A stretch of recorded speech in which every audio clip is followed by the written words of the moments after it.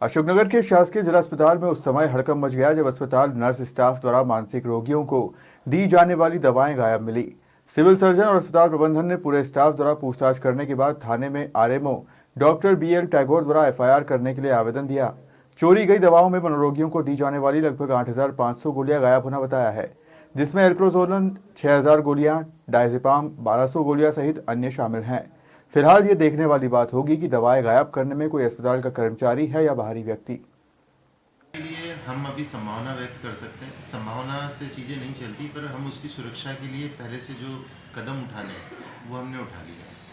तो ये जो चीज़ें हैं हमने कलेक्टर महोदय के संज्ञान में भी लाई है कि ऐसी एक वाक़या हुआ है, और उनके निर्देश अनुसार हमने क्या किया है कि डीआईओ को बुलाया, ड्रग इंस्पेक्टर, उसको ये बैच और चीज़ें बताई हैं। कहा है कि केमिस्ट एसोसिएशनों को सर्कुलेट करे कि इस तरह की कोई भी दवाई अगर बाजार में कोई बेचता हुआ पाया जाता है जिसके ऐसी बैच नंबर की है, तो उस पर आपराधिक कार्रवाई करके आगे चीज़ें करें ताकि उस चीज़ का दुरुपयोग ना हो।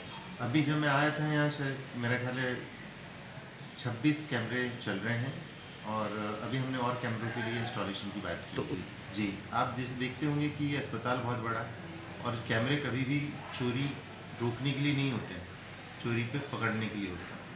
आज हम आप और हमारे घर में भी कैमरे बिल्कुल क्यों नहीं करेंगे, हमारा तो उसमें कुछ आया आपको? नहीं आया, क्योंकि संदेह जो चेक किए हमने उसमें वो जो दरवाज़ा है वो कवर ही नहीं है, और वहाँ पर ये देखा गया कि पूरी रात और पूरे समय कोई ना कोई मरीज वहाँ रहे हैं, उनके अटेंडेंट रहे हैं।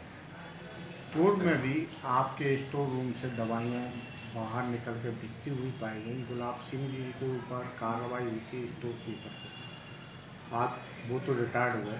क्या आप अपने स्टोर कीपर दवा स्टोर का भी निरीक्षण करेंगे जिससे कि इस प्रकार की? बिल्कुल, हमारे द्वारा स्टॉक रजिस्ट्रेशन और निरीक्षण तीनों चीज़ें की जा रही हैं। अस्पताल में मेरा प्रभार लेने के बाद मैंने करीब मेरे ख्याल 7 दिन में 5-7 बार निरीक्षण किया है विभिन्न जगह का और पूरे अस्पताल का, और ये एक सतत प्रक्रिया है जो हमें अपनानी पड़ती है।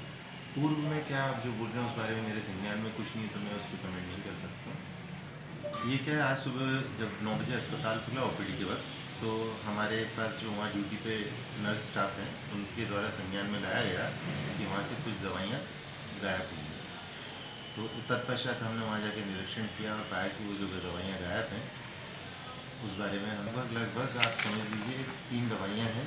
जो एक अल्प्राजोलाम है वो करीब 6,000 टैबलेट्स की क्वांटिटी में है, लोराज़ेपाम है 1,200, और डायजेपाम है। ये आते हैं जो मनोरोगी चिड़चिड़े होते हैं, नींद में नहीं आती है, एंजाइटी में रहते हैं, उनको ये दवाइयाँ दी जाती हैं। तो मनतक्ष साइकेट्रिक द्वारा ये दवाइयाँ उनको उनकी लाभ के लिए प्रदान की जाती है। इनकी लगभग कीमत कितनी होगी? कीमत ये हम लोगों को तो सरकारी उससे आती है, पर इनकी कीमत बहुत ज़्यादा नहीं होती, डिपेंड करता है। मतलब सिर्फ प्लेन अल्प्राजोलाम वगैरह अगर हम लें तो 20-25 रुपये का पत्ता आता होगा, या 10 रुपये का भी आता होगा। मतलब आप समझ लें 10 से 15 रुपये या 25 रुपये तक वेरी करता होगा।